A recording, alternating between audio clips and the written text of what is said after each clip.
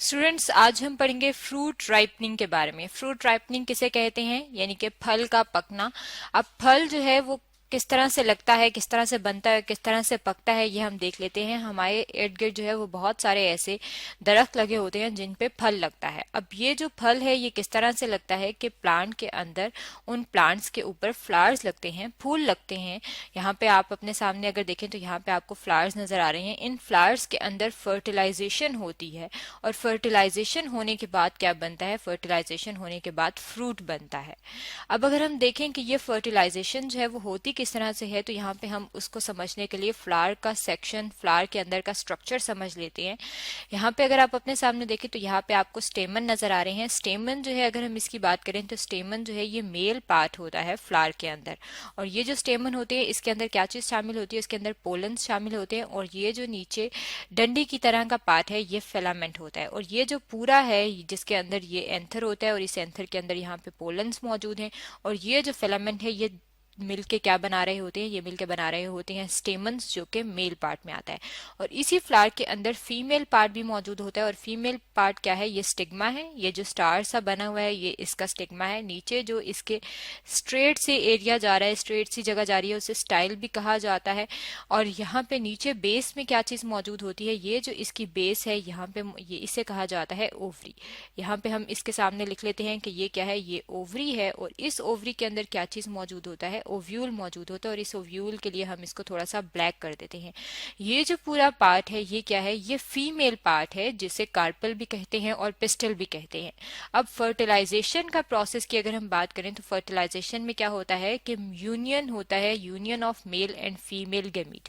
अब male gametes क्या है, ये पोलन है। अब ये पोलन जो है जब ये ट्रांसफर हो जाते हैं इस स्टिग्मा के ऊपर, यहाँ से ये यहाँ पे इस स्टिग्मा में ट्रांसफर होते हैं, तो ये पोलिनेशन जो है किस तरह से होती है, कोई भी अगर इंसेक्ट यहाँ पे आया है तो उसके साथ जो है वो जब यहाँ पे बैठेगा तो यहाँ पे पोलन जो है यहाँ पे ट्रांसफर हो जाएंगे और पोलिनेशन हो जाएगी। और पोलिनेशन होने के बाद यहाँ पे तक का प्रोसेस जो है वो पोलिनेशन कहलाता है। पोलिनेशन के बाद जब ये एंथर नीचे आते हैं और ये इस ओव्यूल के साथ मिलते हैं, क्योंकि ओव्यूल जो है ये फीमेल गैमीट है, जब इसके साथ मिलेंगे और इनकी फ्यूजन होगी तो तब हम कहेंगे कि कौन सा प्रोसेस हो गया है, फर्टिलाइजेशन का प्रोसेस हो गया है।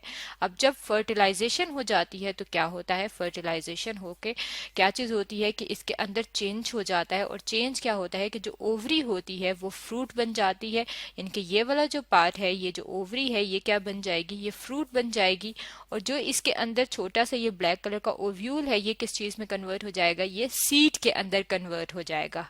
अब ये जो पोलन यहाँ से यहाँ ट्रांसफर हुआ है इसमें होता क्या है, इसके अंदर केमिकल मौजूद होता है। और वो केमिकल कौन सा होता है, वो होता है ऑक्सिन। और ये जो ऑक्सिन है इसे हार्मोन भी कहा जाता है। यानी कि ये जो जर्मिनेटिंग पोलन पोलन होते हैं इसके अंदर, इनके अंदर ऑक्सिन होता है। जैसे ही पोलन यहाँ पे स्टिग्मा पे पहुंचता है तो ये इसके साथ, इस पोलन के साथ जो ऑक्सिन है वो भी इस स्टिग्मा पे पहुंच जाएगा। और जब वो स्टिग्मा पे पहुंचेगा तो ये वाली जो इसका स्ट्रेट हिस्सा है स्टाइल, और नीचे जो इसकी ओवरी है वो इसको क्या कर देगा, इसको एक्टिवेट कर देगा, यानी कि इसको स्टिम्युलेट कर देगा। और जब ये स्टिम्युलेट होती है तो असल में तब ये कन्वर्ट हो जाती है। यानी कि अगर ये स्टिमुलेशन ना हो, इसके अंदर ये केमिकल मौजूद ना हो पोलन ग्रेन के, तो ये कन्वर्ट नहीं होती। इसका मतलब है कि प्रोसेस जो है वो पोलिनेशन और फर्टिलाइजेशन का हो रहा होता है और इसके अंदर ऑक्सिन जो है वो भी शामिल होती है।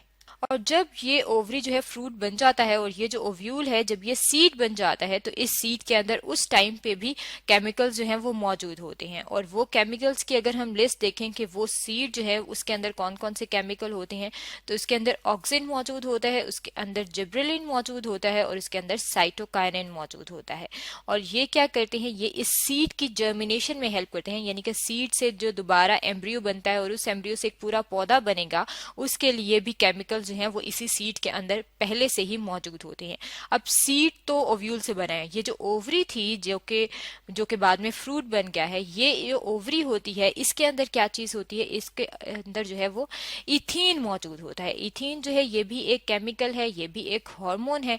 और ये जो इथीन होता है ये फ्रूट के बनने के बाद फ्रूट की राइपनिंग में हेल्प करता है। यानी कि जो फल एक होता है कच्चा फल होता है, यानी कि अभी वो राइपन नहीं होता है। जिस तरह से अगर हम बात करें आम की, तो जो कैरी होते हैं, जो कैरीज होते हैं वो कच्चे आम होते हैं, उस टाइम पे क्या होता है कि उनके अंदर इतनी ज्यादा इथीन नहीं होती। लेकिन जब वो आम पक जाते हैं, येलो कलर के हो जाते हैं, जब वो फ्रूट राइपन हो जाते हैं, तो वो राइपन क्यों होते हैं? क्योंकि उनके अंदर इथीन मौजूद होती है, और ये इथीन जो केमिकल है इसकी वजह से क्या होता है, इसकी वजह से फ्रूट राइपनिंग होती है। तो स्टूडेंट्स, आज हमने क्या पढ़ा है? आज हमने पढ़ा है कि किस तरह से फ्रूट जो है वो बनता है, फ्लावर के अंदर कौन से प्रोसेस होते हैं पॉलिनेशन और फर्टिलाइजेशन के, जिनके बाद फ्रूट और सीड बनते हैं, और सीड जो है वो बाद में क्या बना देता है, एम्ब्रियो, और उससे पूरा प्लांट बनता है, और जो बनता है फ्रूट वो बाद में राइपन होता है और उसके अंदर केमिकल मौजूद होते हैं जिसकी वजह से फ्रूट राइपनिंग होती है। ये तो था फ्रूट राइपनिंग के बारे में जो कि आज हमने स्टडी किया है।